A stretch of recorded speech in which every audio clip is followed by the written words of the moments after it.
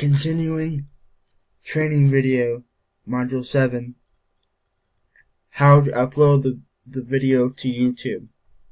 After choosing Save/Upload, you will be redirected to another page that has the recording.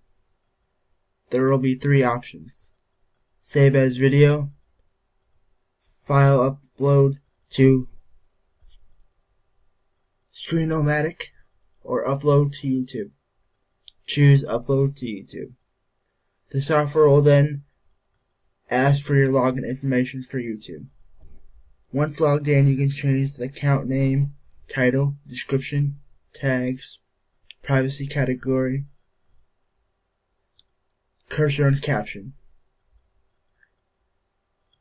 After changing the publish options, you can click publish and your video will be published to YouTube.